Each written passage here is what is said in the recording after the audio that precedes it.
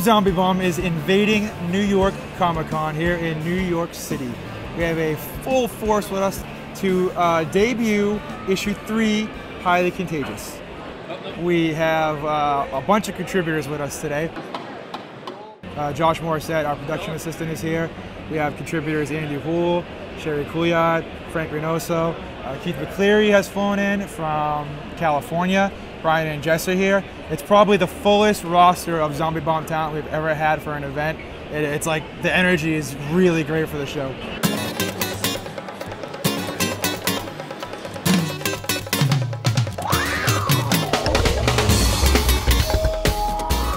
New York Comic Con is crazy. They're trying to do a San Diego East Coast.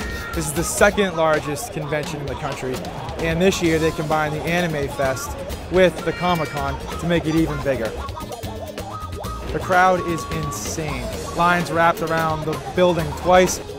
They're really trying to make a huge East Coast pop culture extravaganza to sort of compare to San Diego, because it's so hard for people on this side of the country to get out to that side. But with the energy and the excitement of the crowd to finally have their own big mammoth Comic-Con event, it's really cool. With me this weekend are two of my nearest and dearest friends, Josh Morissette and Andy Houle. Hi, I'm Josh Morissette. I'm the production assistant for the ZombieBomb comic anthology. And now what? I gotta think in short spurts. Okay. My name's Andrew Houle, illustrator and painter on issue 3 of ZombieBomb. I go way back with both of these clowns. Me and Adam go way back.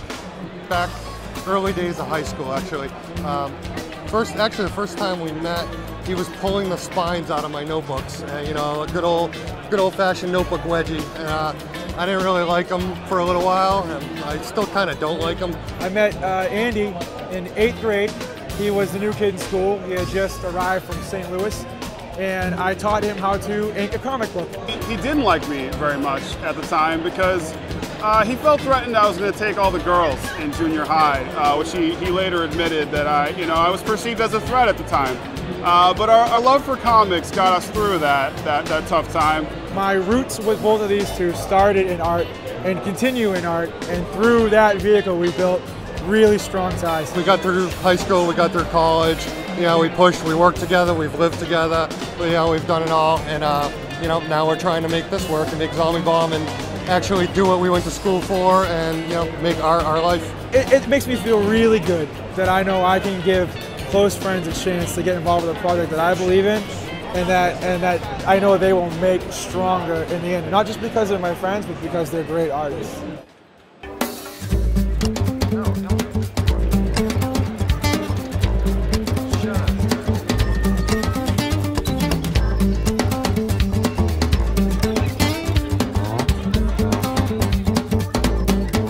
There's been quite a buzz around this totem idea, this art show we have.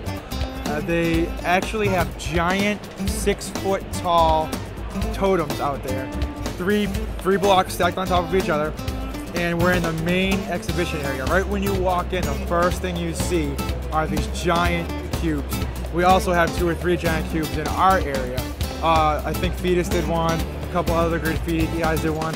And then a couple out front are interactive so that fans can come and draw on the cubes themselves. So it's a great way to get people involved and sort of curious about the show inside. So they go out, they poke around with the cubes, they sign it, they write something goofy, whatever. They come inside, all of a sudden, bam, cult yard, more giant cubes. Then, oh, what's this all about? Back wall, 25 versions of custom cubes by artists from all over the place. Then they like that, and they go to the ZombieBomb cover, and then they got the cubes on the cover. It's a great campaign, and a really cool idea, and something I'm pretty excited to be a part of. We were over at the Elite Goods ZombieBomb Terminal Press booth, and we were completely overrun by Def Jam Records and one of their big-time recording artists, Neo. I don't know who Neo is.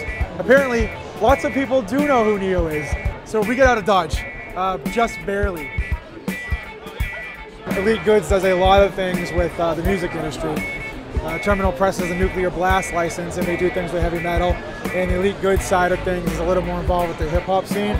So that was just a great example of what how within a blink of an eye, our whole normal mode of operations can be overturned just by being around these mega recording artists. The biggest name for the stories is Rob Dukes, who is the frontman for the heavy metal band Exodus.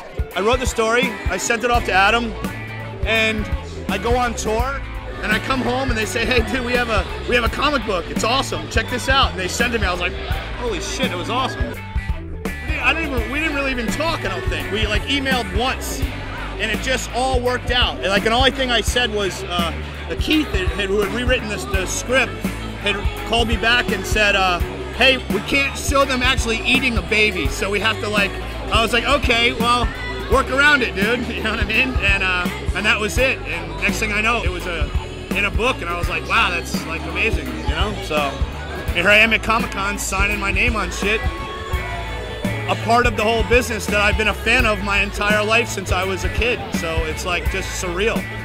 You know what, at the end of the day, you know, we're all brothers and we're all trying to get the same thing. We're all trying to make the best story possible. You know, the visions that everyone had and brought to the table were just awesome. Yeah, and honest feedback.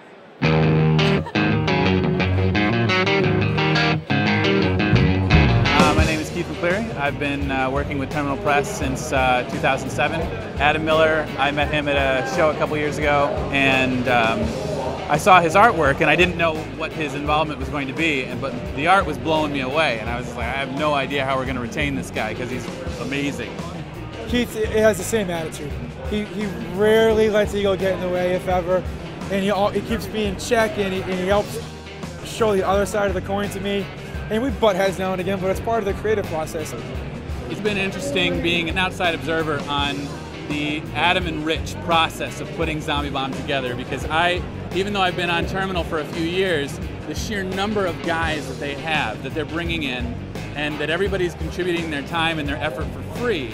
I know what that's like, because I've been getting people to work for free as long as I've been a writer. You have to get your artists to do stuff you know, when they have the time to do it. Adam is a magician. Adam is in love with the work of the people that he is inviting to join the process. I think that's what gets everybody involved. I think you feel like you have a personal connection to a very huge project, and that's why it's special. So if you were to make a list of things that I think we would be doing last year, a year from now, none of this would be on the list.